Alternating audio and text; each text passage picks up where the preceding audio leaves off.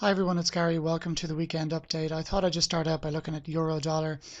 We were talking about euro dollar and saying it needed to break 135.05 being the low of last week, and it certainly did that on Friday.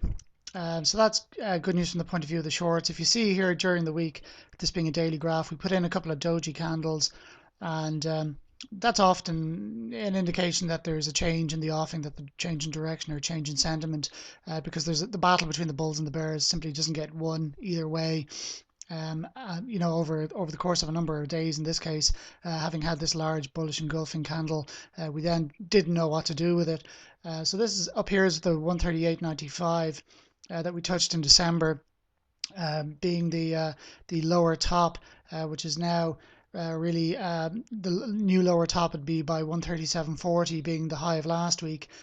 So just to give you an idea on a weekly graph,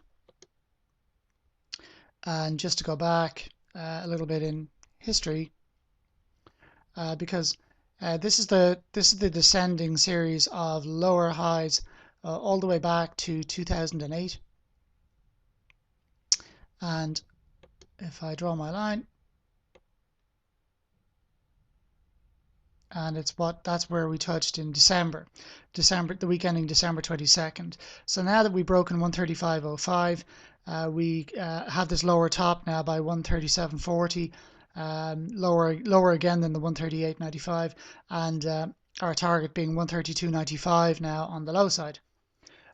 Followed by another lower high and another lower low and so on, and this trend is projected to continue now as it has been doing since 2008, and the lower end of this range really is in around the 120s that we touched in 2010 and 2013, and I suppose we got close in 2008. So we can see we're forming this triangle, but that's way into the future. 132.95 is the immediate target, I suppose, to the downside, and only above 137.40 give reason for pause, but the dollar strength story does seem to be intact. So speaking of the dollar strength story, we look at dollar yen again, which was also very interesting last week, and if I can get that, here we are. So yeah, also very interesting last week. There's our large push up towards the end of 2012 into 2013, followed by our flag or pennant which took most of 2013 to form, and then projecting from this large up move in 2012 to 2013, we project again upwards to 110 to 112 dollar yen. We liked that idea. We were looking at it back in December, but we were waiting for this pull in because we didn't like this 500 pip upside, but potentially a 500 pip downside as well. So now we're coming down into this triangular resistance turn support. And also, if you see on a daily chart, we're at the 200 period moving average as well, which held in October twice and in November, and here we are again now.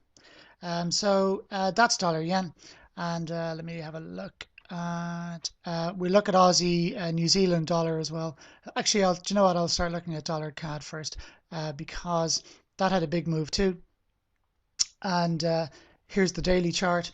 This is Friday's price action, up past it kissed 112 and up through it really, into 112 23 to 25, just after GDP numbers at 1:30 GMT on Friday, and then we push lower. And it would have been much more useful from the point of view of the bears, for example, if we had finished on a shooting star candle, with the body of the candle being here with almost no shadow or no shadow at all. It has certainly set ourselves up for maybe a more of a move to the downside, or at least give us more conviction. It is still technically overbought, 71, even after Friday's price action, 71 RSI. There is likely to be more of a pullback in the course of the coming days. I probably won't try and short that. I'll let you know on Twitter if I am, but it really is against the trend. The trend is for dollar strength and for Canadian weakness, and for commodity currencies of all types weakness. We talked about the New Zealand dollar during the week, for example, and the Aussie dollar, which is weakening significantly and has done. But I did play this on Friday, but not through this instrument.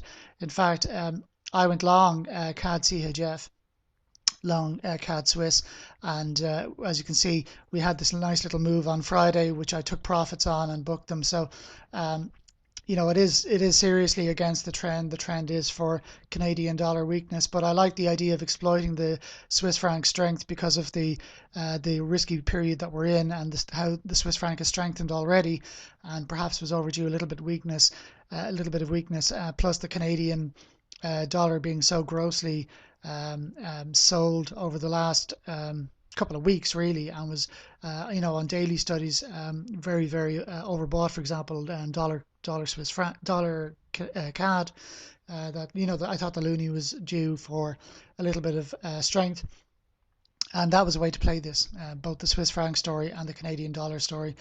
Plus, of course, we were just coming off RSI 30 on this market itself, on CAD CHF. So that is Canadian, and that's what's been happening there. And we'll have more of that next week. I'm sure there'll be a lot more opportunities to make some money on the Canadian dollar next week, or the commodity currencies, specifically New Zealand dollar. I think there might be some good opportunities next week. The other thing I suppose I wanted to show you as well, which I'm still long and it's making money, is the Aussie dollar, New Zealand dollar. It's up at 108.17 there now. I'm looking for, if we take this time frame to a weekly, I'm looking for a move above 108.60, which would be a nice move, and it'd take out this candle, the candle ending January 12th. For another push higher. I like this story because the Aussie dollar has weakened so much now over the past couple of months, and the New Zealand dollar, which is also a commodity currency, has not. And that, I think, is well overdue now. Some weaker price action, and as you can see from a technical point of view, we've been down in the 104 to 106 since 1996, 2003, 2005, 2006, 2009, and every time it goes down here, or at least up to now, it has rallied 3, 4, 500 points, sometimes 1,000 pips, sometimes, as you can see here and here, 3,000 pips, so and more. So I think it's a compelling setup. That's why I'm long.